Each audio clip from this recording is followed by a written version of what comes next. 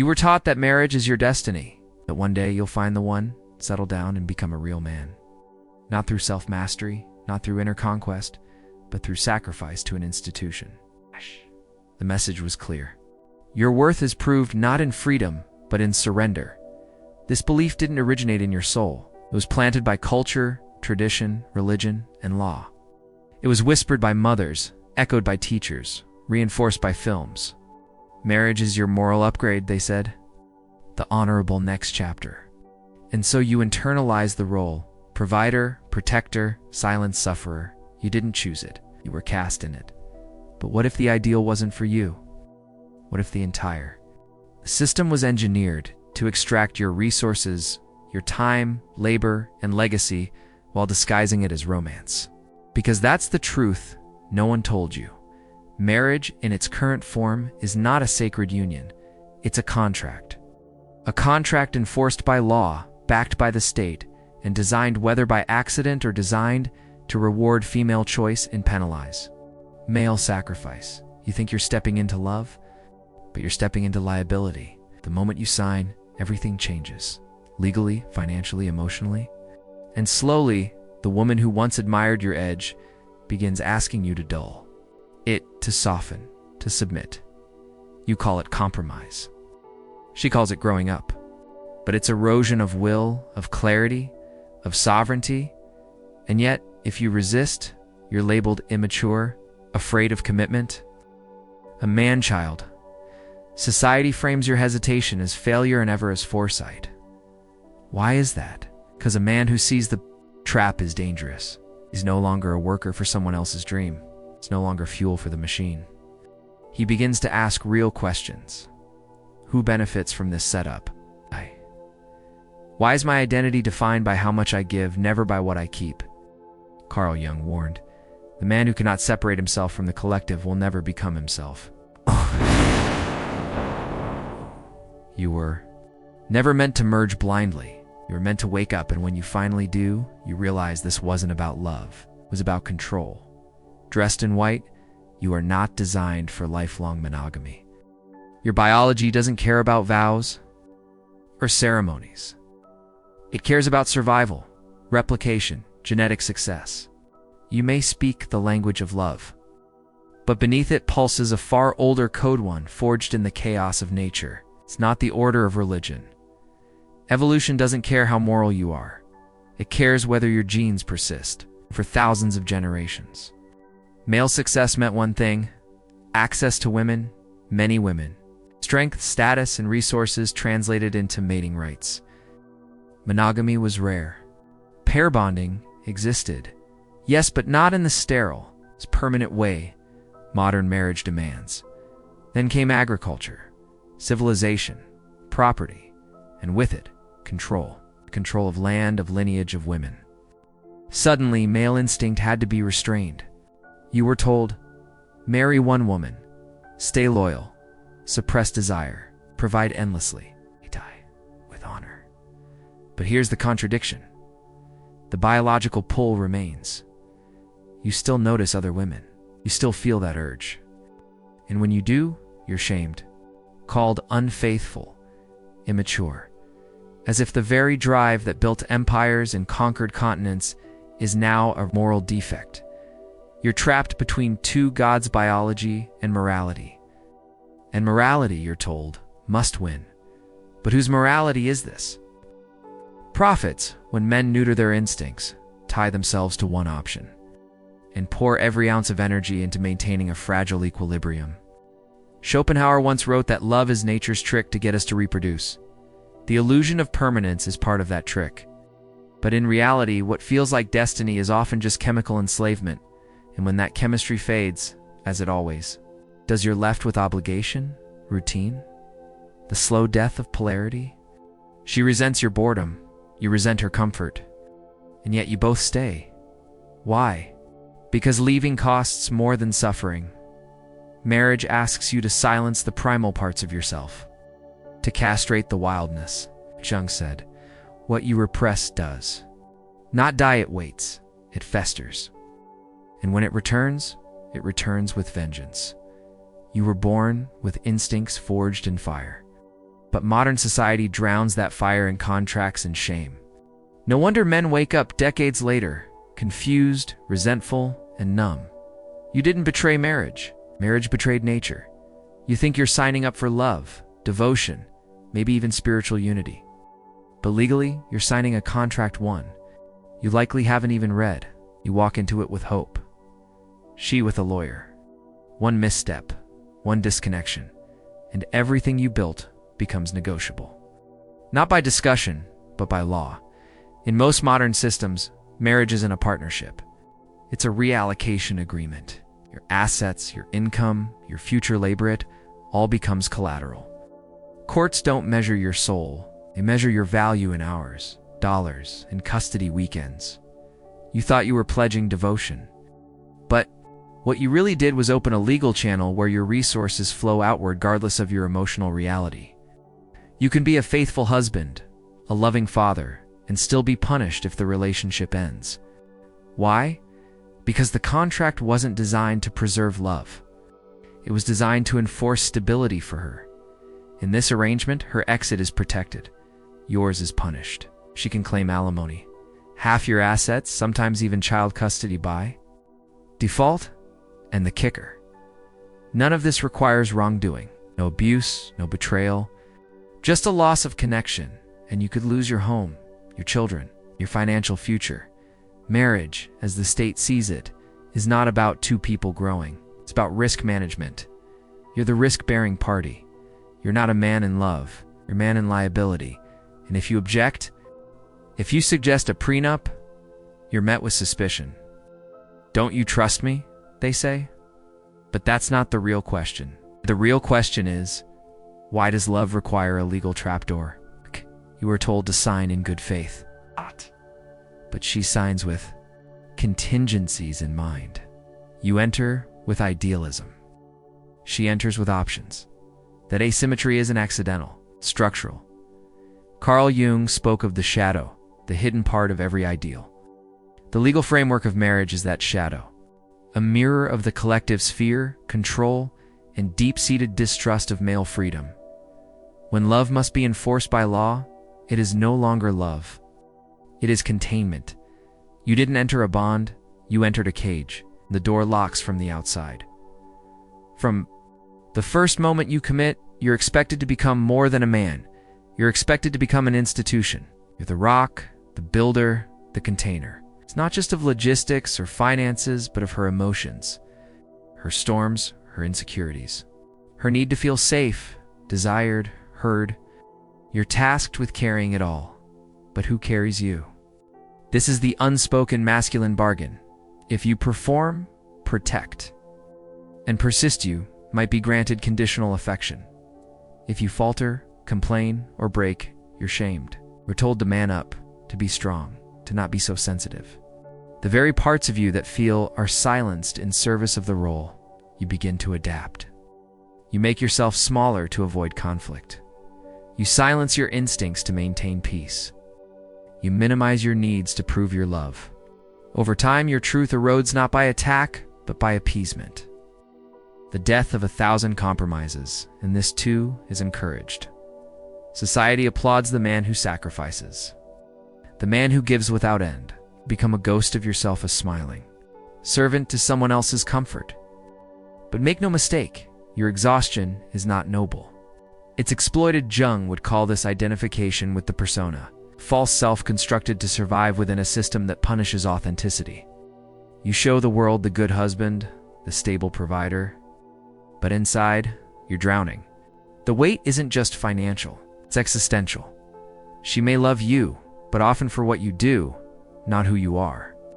And over time, the doing becomes mandatory. If you stop, the affection dies. You're no longer a partner. You're a performance. Where is the space for your rage, your longing, your unfiltered truth? There isn't one. Because the moment you express it, you threaten the illusion. And illusions are fragile things. Schopenhauer wrote that women see in men a tool to achieve stability. Not by malice, but by instinct. It's a survival strategy older than language. But if you refuse to be the tool, the reaction isn't gratitude, it's fear, blame, sometimes destruction, so you keep showing up, paying, providing, protecting, all while your own needs rot in silence. You call it love. But it's labor disguised and unpaid. You never really married her. You married your projection of her, an internal fantasy woven from unmet childhood needs, hormonal chemistry, and the deep unconscious desire for completion. You didn't see her, you saw a mirror. That mirror reflected back your longing to be whole. Carl Jung warned, every man carries within him the image of the feminine, the anima, not just as sexual desire, but as emotional ideal. She represents mystery, emotion, nurture, chaos, and when a woman appears to match that image, you fall. Not in love with her, but in love with your own psyche. You projected the anima onto her, believed she was the missing piece. Suddenly, she became more than a person. She became salvation. Your wound sought healing, and you made her the medicine. But medicine can become poison when misused. And that's what happens every time. You ignore the red flags. You rewrite her behavior. You explain away the manipulation, the coldness, the contradictions. Why? Because to admit she is not the anima is to admit the dream is false. And if the dream dies, what does that say about you? Projection keeps you compliant. It makes you tolerate treatment you'd never accept from a friend, let alone a stranger. You mistake emotional volatility for passion, control for care, and enmeshment for love. And here's the most vicious twist. She projects to, not onto you, but onto your masculine persona, the father you're not, the rescuer she imagined. And when you fail to fulfill her fantasy, the mask shatters. Disappointment replaces admiration. Resentment replaces affection. You are no longer a man. You are now the failed projection of her unconscious mythology. What begins as chemistry becomes tragedy. Both of you cling to the wreckage, terrified to admit that neither ever really knew the other. Because to admit that would mean facing your own reflection, filtered, raw, unsaved. The marriage becomes a projection loop, each person trying to fix childhood through the other. But you can't heal your past by reenacting it. Can't find wholeness by fusing with illusion. Individuation begins the moment you stop asking her to complete you. When you finally see her not through fantasy, but with brutal clarity, and often, that's when you realize she was never yours. Only your projection was. You were told she's soft, emotional, nurturing, that beneath her beauty lies tenderness. But what no one told you, what you're not supposed to see, is the ancient stretic force hidden behind the veil of femininity. A force that isn't malicious, but deeply biological. A force that does not seek equality, seeks security. Women are evolution's gatekeepers. Across millennia, it was their job to choose mates with precision, to extract commitment from strength, and to secure survival through male utility. That doesn't make them evil, it makes them efficient. While you chased beauty and connection, she evaluated leverage, longevity, and what you offer. Modern narratives wrap this in love, but underneath the emotion lies calculus. Are you useful? Can you provide? Do you stay loyal to her needs, even as they shift and expand? If the answer is yes, you're rewarded. If not, you're replaced. The feminine power isn't loud, it's quiet, persistent, often invisible. It doesn't dominate. It seduces, shapes, and selects. You think you're leading, but she's already written the script. And by the time you notice, you're deep in the plot, playing a role you never auditioned for. She doesn't demand authority, she manipulates perception. She rewards compliance with sex and praise. She withholds intimacy to train behavior. She builds emotional dependency through praise, then shatters you with withdrawal. It feels personal, but it's not. It's ancient code running through modern flesh. Schopenhauer called women the embodiment of nature's cunning. Jung saw the feminine as both muse and devourer. They were not condemning, they were observing, accurately, without illusion. She may not even be conscious of it. This power runs beneath thought. It's biological wisdom, honed through centuries of survival and selection. It uses beauty as bait, vulnerability as camouflage, emotion as leverage. You, on the other hand, were raised to protect her, to never question her intent, to view her anger as righteous, her tears as truth. But what if those expressions are tactical? What if behind the emotion lies instinct, one that knows exactly how to break you open and drink what it needs? You. Fear confronting this truth, because it means she's not just your lover, she's nature wearing lipstick. And nature doesn't care how noble your love is, only whether it serves her purpose. You thought the worst that could happen was falling out of love, that if things went sour, you'd walk away with sadness, maybe regret, but at least dignity. You were wrong. In modern divorce, the man does not simply exit, is extracted from. Slowly, deliberately, publicly. Divorce is not the end of the relationship. It's the beginning of a system designed to punish your failure to uphold an impossible role. You're judged not just by the court, but by her narrative. She tells her story, emotional, selective, weaponized, and the system listens. You tell yours rational, fact-based, restrained on the system, yawns. You don't just lose your partner, you lose your children, your home, your reputation, your income, sometimes your sanity. You're still required to privately now from a distance through court orders. The love that once warmed your bed now demands alimony. Custody battles, supervised visitation, debt, and what did you do to deserve this? Maybe nothing. Maybe you simply failed to meet her evolving emotional needs. Maybe she grew unfulfilled. Maybe she saw a better offer, because she can leave without consequence, but you can't. She does. The system hands her the knife. You learn too late that commitment doesn't protect you, only leverage does. You gave all of yours away when you signed, when you moved in, when you made her the center of your life. She had the freedom to exit. You inherited the bill. Schopenhauer spoke of marriage as a trap laid by nature to enslave men. Jung warned of the devouring feminine, the archetype that consumes what it cannot integrate. Divorce is both psychological and financial guillotine. You stagger from the wreckage, wondering how love became litigation. But this isn't about love, it's about power. She exercised hers. You surrendered yours. And now the consequences arrive disguised as justice. You are told to heal, to stay strong, to co-parent respectfully. But inside, something dies. The belief that love protects you, that good men are safe, that fairness exists, and when the dust settles, you understand. Divorce isn't failure, it's revelation. It shows you the truth you were too blind to see. You weren't a husband. You were a resource. You didn't collapse all at once. You adapted inch by inch. Arguments smoothed over. Each unmet need buried. Each instinct silenced to keep the peace. You told yourself it was maturity, compassion, growth.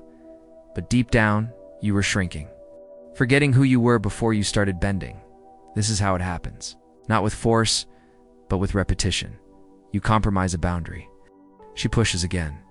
You yield because it's easier, because you don't want to be controlling. You become agreeable, accommodating, apologetic, and in doing so, you reinforce the lesson. Your discomfort is the price of harmony. Over time, your emotional reality becomes irrelevant even to yourself. You can no longer locate your anger. You forget what you even want. You're not allowed to want, only to fulfill. You become what the system rewards, the compliant male, the quiet mule, the always available support beam. Psychologists call it learned helplessness. When an animal is shocked enough times, it stops resisting even when escape becomes possible. And you've learned to call your cage commitment, your fatigue loyalty, your spiritual decay responsibility, Jung would say. You've become possessed by the archetype. You no longer choose your role, you are the role, the husband, the provider, the man who endures. It devours your individuality, replaces your will with obligation. You wake up one day in a house you pay for with a woman you barely recognize, living a life that feels like a slow-motion suicide. You pretend you're okay, but your eyes are dull, your body is heavy, your voice lacks fire. You've become a domesticated man, a creature of burden, a beast who thinks he's noble because he never bucks. And if you do buck, if you speak out, you're punished. Emotionally, sexually, Socially, the affection dries up. The criticism intensifies. The threats become subtle withdrawal, shame, leverage through the children, so you stay quiet, you adapt again. Until there's nothing left to adapt. You don't even fantasize about happiness anymore. You just hope the damage stops getting worse. But here's the truth. You're not weak. You're conditioned, broken in like a horse. And until you name it, you'll keep smiling as you're slowly erased. Marriage didn't just take your freedom. It trained you to forget you ever had any. You are not the first man to walk into the trap smiling. For centuries, philosophers and psychologists have tried to warn you, but their voices were drowned by wedding bells and romantic myth. You weren't given their books. You were handed a ring. Arthur Schopenhauer called romantic love the cunning of the species, a delusion that tricks men into sacrifice, into enslavement for nature's plan. Love, he said, is not noble its manipulation dressed in poetry. You believe you're chasing connection. You're actually being hijacked by biology, maneuvered by instinct toward reproduction, legacy, and control. Carl Jung peeled back another layer, showed how you fall in love with your own unconscious. How? You project your anima, your inner feminine, onto women. You're not seeing her. You're seeing your soul's unfinished business, your childhood wounds, your repressed longings. Your hope that someone, someday, will finally make you whole. This is the foundation of marriage. Illusion stacked upon illusion. A man seeking salvation through a woman who doesn't exist. A system enforcing laws based on dreams. A society applauding his sacrifice while mocking his collapse, and when it fails as it must do, told you did it wrong, that you picked the wrong woman, that you didn't try hard enough. No one questions the structure. No one asks if the very premise is broken. You were indoctrinated into an illusion reinforced by media, religion, culture. They showed you the wedding knot, the courtroom, the honeymoon knot, the custody battle, the bride's dress, not the man's funeral smile. Because if you saw the whole picture, you might not play the game. Jung called this confrontation with illusion the path of individuation, the painful shedding of lies, projections, and false selves. But the cost is high. You must look at the woman you once adored and admit, she was never who you thought. You must look in the mirror and say, I handed away my life because I couldn't face my emptiness. This is not bitterness, it's clarity. It's not hatred of women, but the end of self-delusion. You were deceived not by her, but by your own unconscious. Until you confront it, you will keep repeating the pattern. You weren't wrong to love. You were wrong to worship. You see it more and more men refusing to marry, refusing to cohabit, refusing to sign contracts that strip them of freedom, sovereignty, and dignity. Some call it fear. Some call it immaturity. But they miss the truth. It's not bitterness that drives these men, it's awakening. They've seen the costs. They've watched fathers lose everything. Friends become shells. Heroes become cautionary tales. They've connected the dots.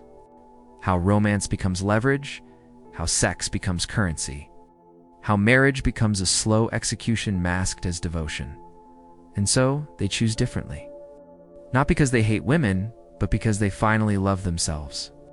They've begun to value their time, their clarity, their mission. They no longer seek validation through sacrifice. They no longer believe salvation comes wrapped in a white dress. These men are reclaiming their edges, their instincts, their spiritual fire. They're rediscovering the power of solitude not as loneliness, but as sovereignty. They're learning to individuate, to confront the anima within, instead of projecting her onto the nearest warm body. They're no longer building their lives around emotional roulette. Jung called this the path of wholeness, not fusion, but integration, not clinging to the other, but claiming the self. And Schopenhauer would nod in grim approval. The man who sees through thee. Illusion is no longer a pawn in nature's game. This doesn't mean men must avoid love. It means they must stop confusing love with slavery. It means understanding that devotion without discernment is not noble. It's suicidal. The ones who walk away aren't giving up on connection. They're rejecting exploitation. They're stepping out of roles designed to consume them. You're asking the question no one else will. What is the cost of being good, and who defined it in the first place? You are not obligated to repeat the mistakes of your father. You are not required to mutilate your instincts for someone else's comfort. You are not here to fund a fantasy. You are here to become conscious, awake, free. So, when you see a man walking away from the altar, not with rage, but with calm resolve, know this: he isn't running from love. He's walking toward truth, and truth, unlike marriage, doesn't demand alimony. You were never meant to live by default. You were meant to see, to peel back the cultural myths, the inherited roles, the biologically programmed compulsions. Choose from awareness, not conditioning. Individuation is not a rejection of love, it is the refinement of it.